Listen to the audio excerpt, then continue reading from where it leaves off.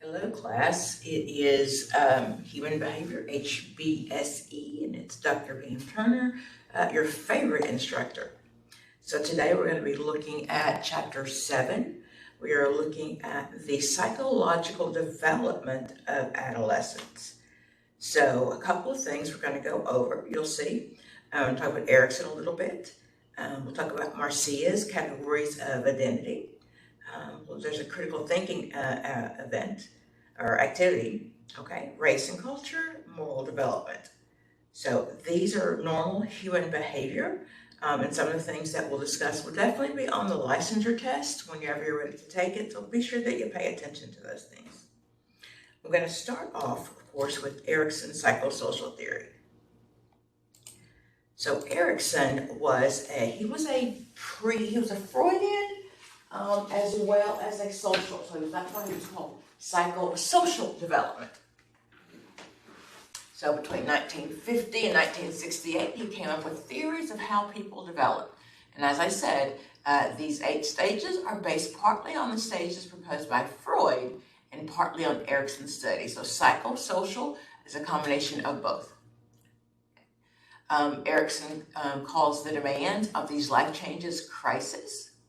Okay, so in each life stage, there are new crises that you go through. So his theory, and I'm going to show it to you a different way.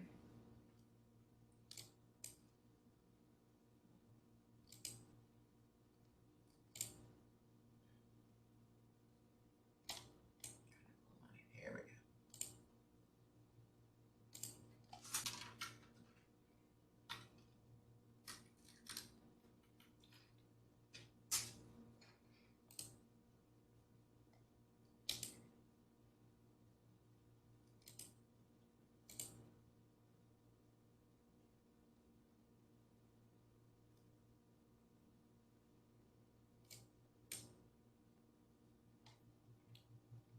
Okay, so this is the way that I like to look at it. I think it's a lot easier. It's a visual instead of reading your text, but it's easy to look at. So Erickson said that these are the stages that we go through. So from birth to 18 months, that's trust versus mistrust. Those babies are lying in the crib, right? And they're crying and crying, crying and wait for mom to come get them. And their virtue developed is hope. Hope it'll get better. So between 18 months and 3 years, that's autonomy versus shame and doubt. I always try to remind me that it is like the 3-year-olds and 2-year-olds who are going through potty training, right? They put on their big boy underwear, like Superman or Supergirl underwear. I'm so excited. And then I have an accident. So those are those terrible twos that I want to do my thing and I want to do it myself. I'm struggling with my will. 3 to 5, I like that age because that's the time the kids really want to help you. Probably the only time they want to help you. So from 3 to 5, they're taking initiative. But many times their initiative is not working out so well. So if you're doing laundry and you're trying to separate the clean clothes from the dirty clothes, the initiative may look like in a 3-year-old, he's putting stuff in the basket that's clean and dirty and you're not sure which one it is and you can't tell. And then you say something to him and he feels guilty. Okay. So then when we look at starting school, okay, we start at our 5 to 13. So that's our industry versus inferiority. I think look back in elementary school and look back at the kids that you had some amazing talents, maybe. The kid who was the fastest on the racetrack, fastest at recess, or the kid that was the really good reader in school, or maybe even not the greatest reader in school. But usually some of those identities we can really remember. I was the best speller in my class. I won the spelling bee. Yes. So the industry versus inferiority is learning what I am good at. If you think about the industry, think about the industry in your community, in your state, what you're known for, and that's industry. So this is where my competence builds. So I've got to be known for something. I got to be good at something. He said if we don't figure out what we're good at in elementary school, that we'll always feel inferior. So, for example, most of us, or you will, have put our kid in every single activity in elementary school. We did Girl Scouts, Boy Scouts, track, volleyball, music lessons, dance lessons, all of those things we did, right? From 3 to 5. From 5 to 13, as you're trying to figure out what our kid is good at. So 13 to 21, that's our identity versus role confusion. In that stage, you're developing not only your own identity, but as well as your sexual identity. So you're looking at who I like. First of all, I'm looking me. So when you start that, it's 13, right? You're starting high school maybe, and you call your girls up and you say, what are we gonna wear today? Oh, let's all wear our hair in ponytails. Let's all wear jeans and t-shirts. What are you wearing to the party, right? So that's that age. They're trying to find out our identity.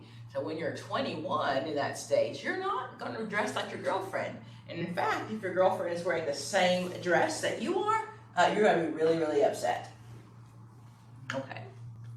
So then my next one is so in that stage also, then you also develop your sexual identity. Who do you like? Do you like tall boys, short boys, tall girls, short girls, brown girls, green girls, red girls, blue boys? So that's where my sexual identity evolves as well. So now after that has evolved, my identity, then I can go into 21 to 39, I can fall in love. So if we go back to 13 to 21, we're looking at fidelity, right? We're learning to be true to ourselves. True to ourselves. So if you look back, so we first learned will, purpose. We learned our competency in the elementary school years. Okay, fidelity to myself. And then I can be in an intimate relationship. And Erickson didn't say that you had to be in one forever. He said several different intimate relationships, right? So that is intimacy versus isolation. So if he said you don't find love, you'll be isolated forever. Okay? And again, love doesn't mean one long marriage. It just means having some relationships between 21 and 39. Between 40 and 65, I'm looking at my generativity versus stagnation. So at that age, that's where I'm at. We're looking at either going forward and leaving a legacy, making sure that the world knew that I was here, whether it's to your kids or to my students or my clients, making a difference. The other one is stagnation. Stagnation is you're just done. And a lot of people my age are just done. They're just done. So 65 and older, integrity versus despair. That's when you're looking at your deathbed and you're looking at, wow, did I do a good job in life?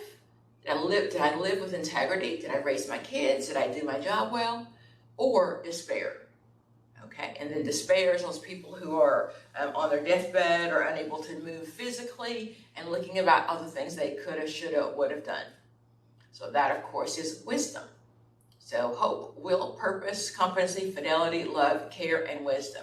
Personally, I wish I could have learned wisdom like way up here, but I guess it comes with time. Okay, so again, this goes over the same thing.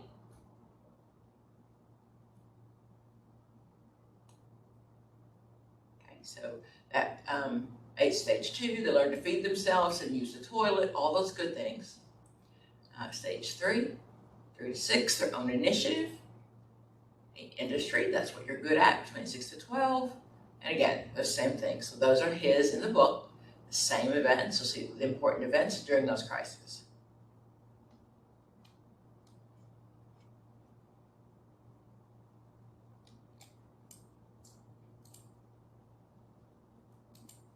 Okay. So again, looking at your identity formation in adolescence. I always say to my friends who work in middle school, you should make a whole lot more money. Because middle school kids are either this tall or this tall, right? The 6th grade boys who are, very immature and still, pull the girl's hair or doing something to get the girl's attention. And the girl is like a little more mature, right? So girls mature faster than boys. So middle school can be a tough age. But what they're really trying to figure out is, what do I want out of life? What kind of person do I want to be? And who am I? So that's a lovely crisis that happens in that stage. Okay, so again, these are some of the questions But the people may use. So what do I find satisfying and meaningful? What is my moral code? What are my spiritual beliefs? And again, not necessarily what my parents' spiritual beliefs are, but what are my own spiritual beliefs? My sexual morals. Let's see, what area of country do I want to live in? What do I enjoy being my leisure time? So lots of questions that really help you help a client identify what their goals are. James Marcia, you might see these terms as well. He identified 4 ways in which people cope with identity crisis. So identity crisis, remember, that's going to happen in these years where you're trying to find your identity and you've got some confusion with the role. So identity achievement, foreclosure, identity diffusion, and moratorium. Okay, so identity achievement, that's the stage where you undergo a period of intense decision making, right? So you're really kind of working on who you are. Foreclosure, that's a category where only ones who've experienced identity crisis as such. So if you haven't experienced one, you would know what it was. But these decisions are often based on parent values, identities rather than their own. For example, a woman might become a mother and a part-time waitress as her own mother had done. Not because she makes a conscious choice, she's just kind of fallen into that category. Identity diffusion, that happens when I have a serious lack of decision and direction. So although they go through identity crisis, they never resolve it. Okay, these people might be characterized with low self-esteem, lack of resolution. For example, such a person might be a drifter who never stays more than a few months in any one place. And then the moratorium, so the moratorium means to be like, stop, put a hold on this. So the moratorium includes people who experience intense anxiety during their identity crisis. They have yet to make any decisions regarding their personal values. However, moratorium people experience a more continuous, intense struggle to resolve these issues. An article I once read about Marcia, he said the moratorium was college, right? That you're not ready to grow up, not ready to make a decision, so you hang out in college for a couple of years.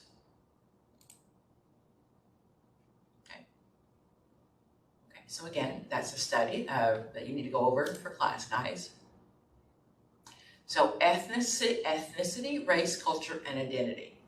So then, with our ever-changing world, and I've seen statistics that talk about by 2050 that white Americans will be the minority, that the combination of Hispanic, Black, Asian, other cultures will definitely be more than white Americans. So approximately 1/3 of adolescents in the United States belong to an ethnic group that is considered a minority. So that would be Black American, Native American, Hispanics, and Asians. Okay, so when I am of an ethnic minority and I'm trying to grow up in a civilization that is mainly white, that causes lots of issues. Okay, so Finney suggests that parallel development for children from diverse ethnic groups that coincides with Marcia's coping decision. Because when you have a different identity, you don't necessarily identify with your own culture. And perhaps if you're raised by a mom and dad who are of your country of origin, they're not ready to let you go and to be part of those to be part of the major society. So assimilation means I look as similar as everyone else in my group. And acculturation is when I keep my culture. So for example, if someone from Chinese comes over here, they're second generation. So if they want to look as similar as all of the white people, right? They wear all the cool clothes, they dress like Westerners, they go home and they talk to their mothers without respect. Whoa! So that's assimilation. They've given up all of their cultural values and views. Most of the time, their parents would rather them acculturate. So keep some of those values that we've had, that you've grown up with, and then add some of the new. So acculturation means adding a culture. So for example, then a teenager in the acculturation stage would then at school act like all of the American kids. But once they get home, then they would then really tend to follow the rules at home. So that's adding the culture to their culture.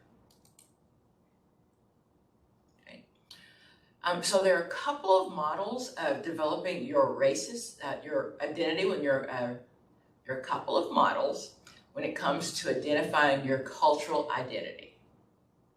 Okay, so let me show you these as well.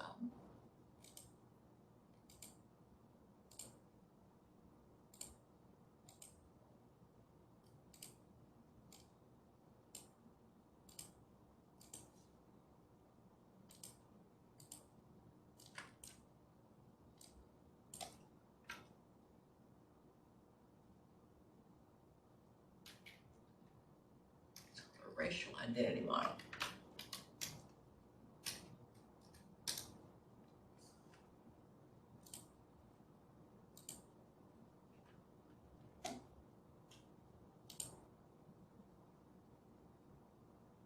Okay, and the racial identity model.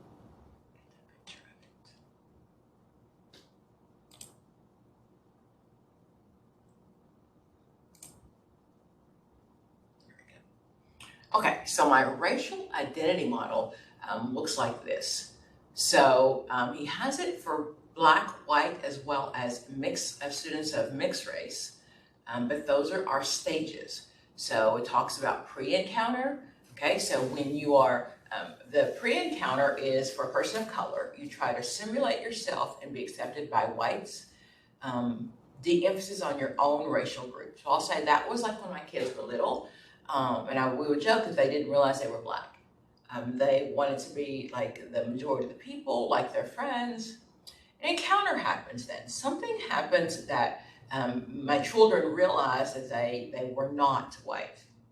Okay, no matter what neighborhood we lived in or how much money their mother made or their parents made, it really is just a matter of you're not white. The rules seem to be different somehow. So with both of my children, my older children, there were issues with the police that definitely their white friends would have gotten away with. So hanging out at Walmart, when my son was at his white friends, it was not a big deal. But he was hanging out with his white friends at 2 a.m., same time, just different group of people, and they were often asked by the police to leave, or they're buying something. So then what happens is when I realize I'm different, I immerse myself into the culture. Okay, so I purposely identify any symptoms of any symbols of whiteness. I really want to go out and explore my culture, my background, learning about African American history and knowing that we come from kings and queens as opposed to just the American history which starts at slavery, that the African Americans had history way before that, right? And then I internalized that.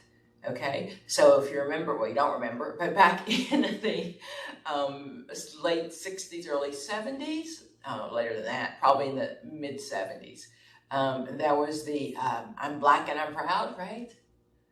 Black power, all those signs, that was part of internalization, learning to be proud to be your color and learning that being African American or Black brings something so special to the table. And then, of course, the last stage is you internalize that. You make that who you are as you grow up, that's who you are. So the racial identity model has a little bit different. So first of all, the contact, a lack of awareness of culture and institutional racism based on one's white privilege. Okay, and white privilege is nothing you've done, but just realizing that because you're the majority in the country, that many things are catered to the majority. Okay, so knowing that, hey, I don't see color, which is extremely offensive when you say that to a client. That implies that you don't see their difference. And not only do we want to see their difference, we want to value their difference. So then disintegration happens. Okay, so I began to interact with people of color, and then I think, well, wait a minute. In this stage, the bliss of ignorance or lack of awareness is replaced by discomfort and guilt. Okay, so you're like, oh my goodness, what have my people done? I remember back in the day, I was actually in middle school at the time, which was my age, that Roots was making its debut. And back in the day when we only had 3 TV channels, so Roots was the series that ran. And I remember every day going to school and one of my white friends or even a white teacher would apologize. Like, okay, I don't think you did anything personally. So yes, feeling guilty for maybe things you've done or things that your ancestors have done. Then reintegration. So now at this point, I desire to be accepted by my own racial group, right? Which is a white racial group. But the guilt and anxiety is in the direction of form of fear and anger directed towards people of color who are now blamed for their source of discomfort. So to explain that, so that I'm reintegrating to my white race with my white friends. However, I've still got some anxiety and guilt for what my ancestors or what I did. And then that comes out in the form of anger. So anger towards people of color. So pseudo-dependency, okay, so information seeking about people of color marks the onset of this stage. The individual is abandoning in his white superiority, but still may believe that he still may behave in ways that unintentionally perpetrate the system. Looking to target racism and help them understand. So white people at this stage, they disavow their own race, right? And they're really beginning to look at people of color. They're doing more encountering with people of color, really trying to appease their guilt. So then in the immersion, so I go back, so I'm learning now to be uncomfortable with my white culture. But the last stage is I learn to identify as the white culture primarily. However, I'm more aware of the privilege of white culture, and I can be white without being racist, and I can be white and actually make a difference in the world of people of color. So that's the last stage of those.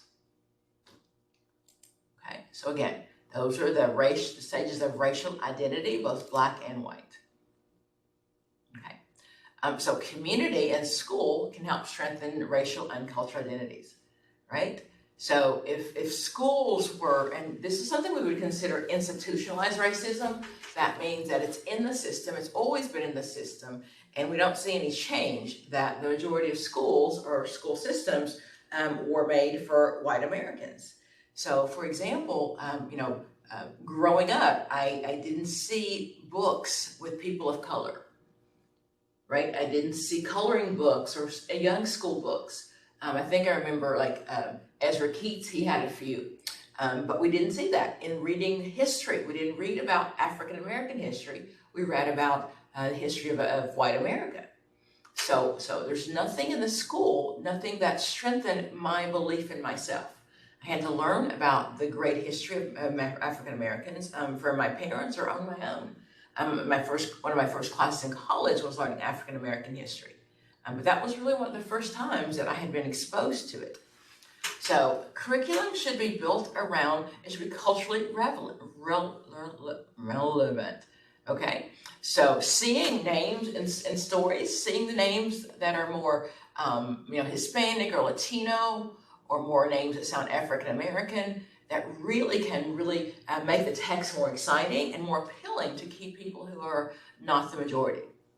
Community festivals such as the African American Fest or German Fest provide other avenues that community residents can all learn and appreciate the facets of the other cultures, such as celebrating history, art, craft, and food. So many towns have those now. So you might have a Native American event, or you may have a German event, and that really is for the main public to come out and see and learn about the German culture or learn about the African American culture. Especially if you're surrounded by people that all look like you, then you just may not be aware of the importance of the history of others. Okay. But this time they're also developing their moral development. Moral development is Kohlberg. So he talked about the stages of moral development. So he had 3 levels and 6 stages. Okay. So then, again, what we're looking at, let me pull another visual up for that.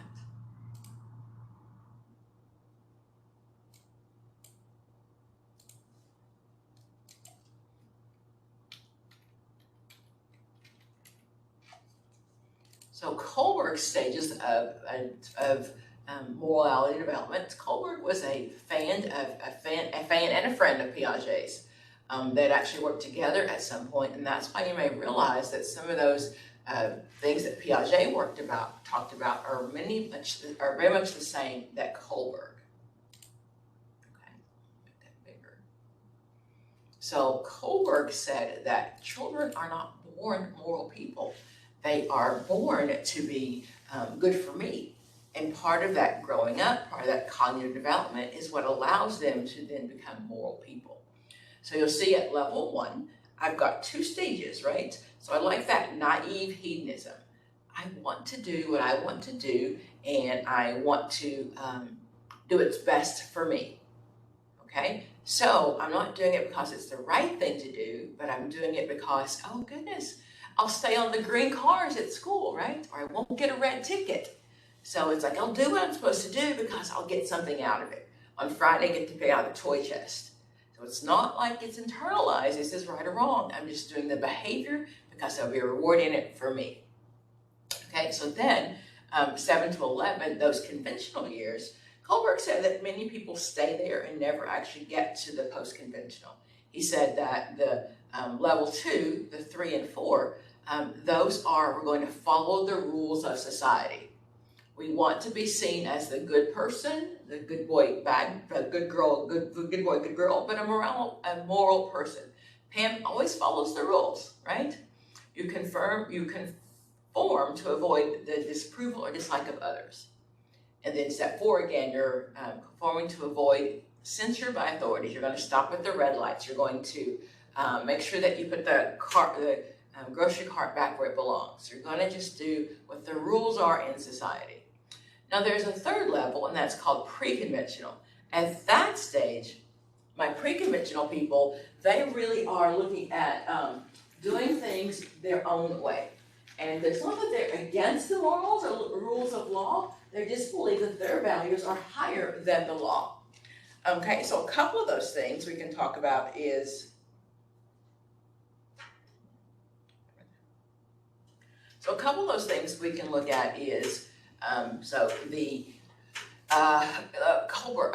Jack Kevorkian, right? He was one of the people that looked at,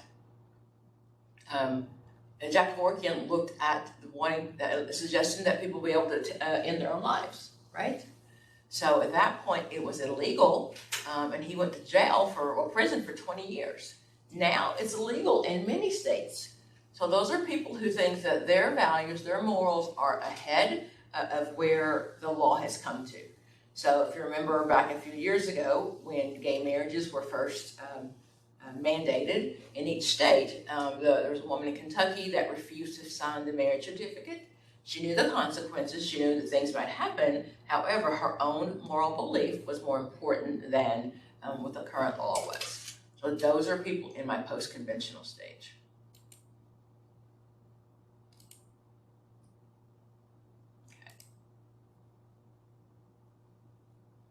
Carol Gilligan, you might see her as well. So what happened with Kohlberg's stage is Kohlberg had a morality test and women kept failing the morality test. He's suggesting that women were less moral. So Kohlberg's theory centers on a justice perspective in which each person independently makes moral decisions on an individual basis. Gilligan said that women are more likely to adopt a care perspective, which views people in terms of their connectedness. Okay, so in other words, women tend to view morality in terms of personal situations. Okay. So women also have trouble moving from a very personalized interpretation of morality to a focus on law and order. Okay, so he said women just, because of their caring nature, that we see morality in a different way, that in some ways we're actually more moral.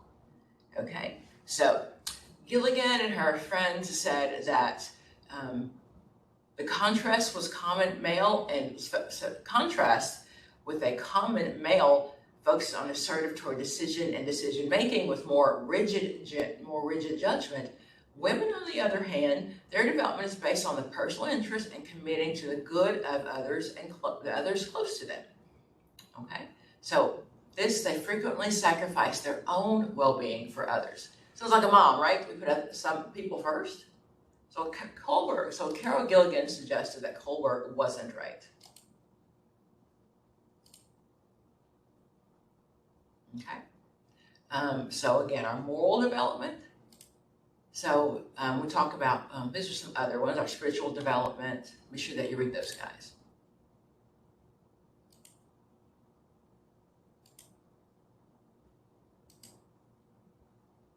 Okay.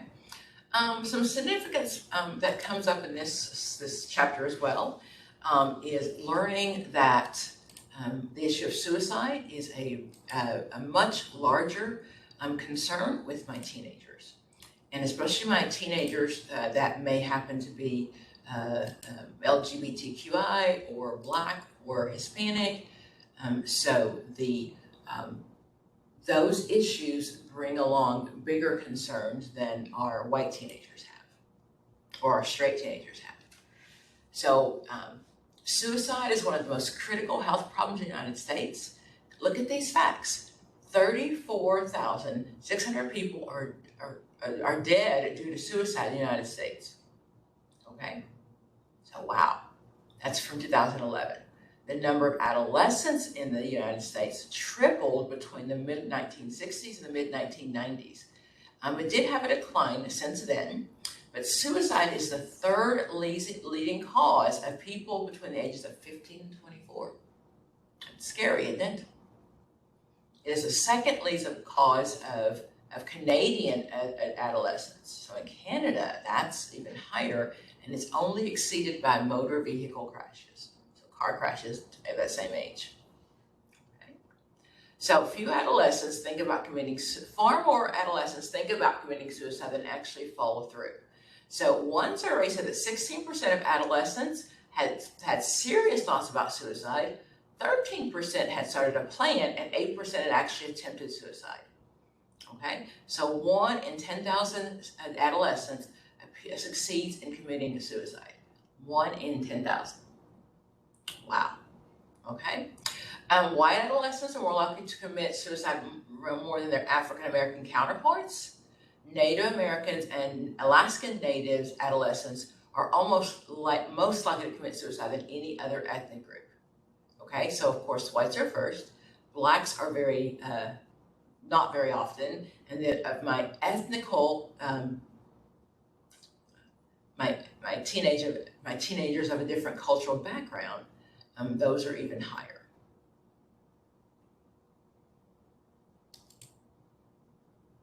Okay, of course, the causes of suicide in my teenagers: increased stress, right? Especially, when you're trying to grow up and be who your mom and dad think you should be. You're trying to make decisions of how you see yourself. You may be having to work as well as go to school. The pressure to conform and fit in, all of those things. And imagine you're starting high school in those years and starting college in those years. So those are really difficult years and times of extreme changes. Okay. Family issues, of course.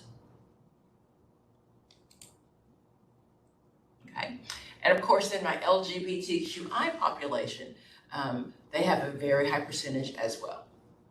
Okay. So the percentage is, in 2010, the nation was shocked by 3 gay youths who killed themselves after extensive bullying by peers.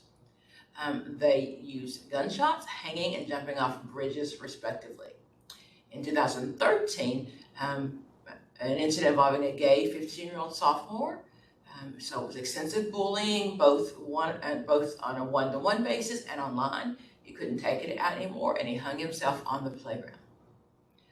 These incidents may reflect how adolescents render young people especially vulnerable to harassment, right? So when I'm trying to fit in and trying to be me, and it's not okay to be me in some societies, so that is, it definitely makes kids feel very depressed, lower self-esteem, and more likely to end it all because the teenage thinking process is not past, this age. So many times we can't see past today. So my teenagers, again, it's called their personal fable, that these things are just teenage things and I'll be fine. However, life does go on and you do become an adult and things happen differently. If we can get through those years. Okay, this is a sad person scale. This is one of the short ones of looking for assessing suicide, right? Okay, so you're looking for, okay, so sad person, their sex, their age, their depression, previous attempts. E is drug use, or drug use or alcohol abuse. Their rational thinking skills. S is their social support. O is the organized plan, N, no spouse, and S is sickness. Okay, so the higher you get on those, the more likely you are to get to be suicidal. And of course, if we've got people who are very high on that scale, that really means that we need to do something to make sure they are safe. That means involuntary or voluntary commitment, because we need them to be safe. Okay, so again, this is kind of life's up and downs.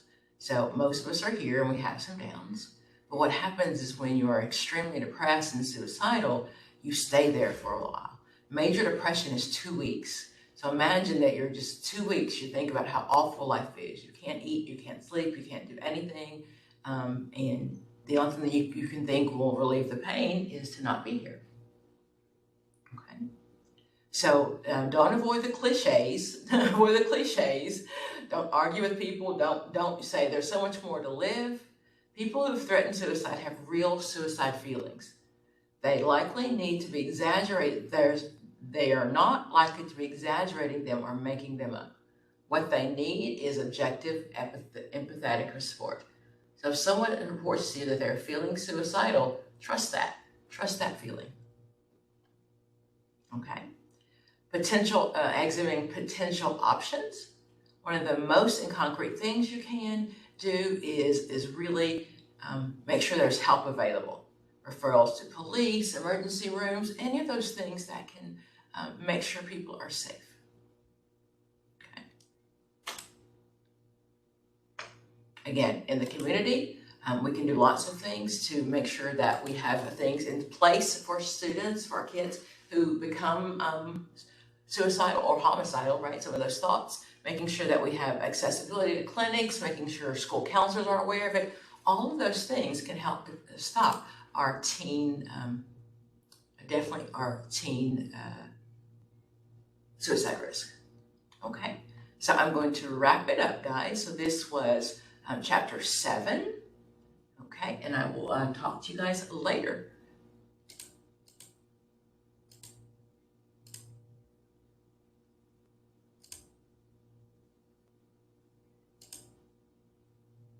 I was trying to stop recording.